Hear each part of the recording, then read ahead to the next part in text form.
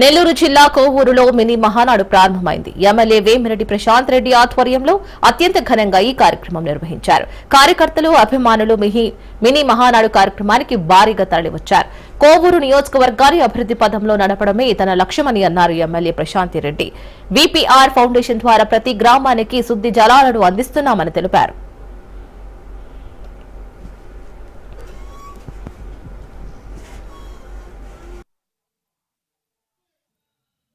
అంటే మన ముఖ్యమంత్రికి ఎంత వాల్యూ ఇస్తున్నారంటే ఢిల్లీలో ఈరోజు దాన్ని బట్టే ఆర్థికంగా ఎన్ని ఇబ్బందులు ఉన్నా ఈరోజు ముందుకు పోగలరు.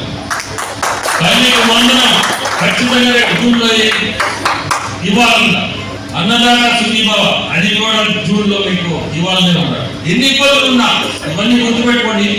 ఎన్ని ఇబ్బందులు ఆర్థిక ఇబ్బందులు ఉన్నా ఆగస్టులో ఫ్రీ బస్ ఇవన్నీ కూడా ఈరోజు ఈ పరిస్థితుల్లో చేయగలుగుతున్నా అంటే ఆయన అనుభవం, ఆ వ్యక్తికి ఉండే అనుభవం. ఈరోజు మన అదృష్టం, ఈరోజు ఈ రాష్ట్రం లేకపోతే జన్మఫల అయిన రాష్ట్రాన్ని మళ్ళీ ఒక దగ్గరికి తీసుకొచ్చి ముందుకు నడిపిస్తున్నాడు. సో మనందరం కూడా గుర్తుపెట్టుకొని మన ముఖ్యమంత్రిని ఎప్పుడు కూడా ప్రతి ఒక్కరు ఈరోజు ఉన్నామంటే మనందరం అతన్ని గుర్తుపెట్టుకోవాలా. ఒక గ్రామంలో 2000 మంది ఉంటే ఒక గ్రామంలో 5000 మంది ఉంటారు.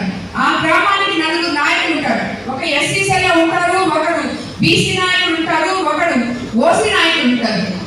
ఈ నాయకులందరూ అసలు ముందు మీ సచివాలయంలోకి మీరందరూ అడుగు పెడుతున్నారా? మీ ఊర్లో ఉన్న ప్రజలకి మీరేం కావాలో మీరు చూస్తున్నారా?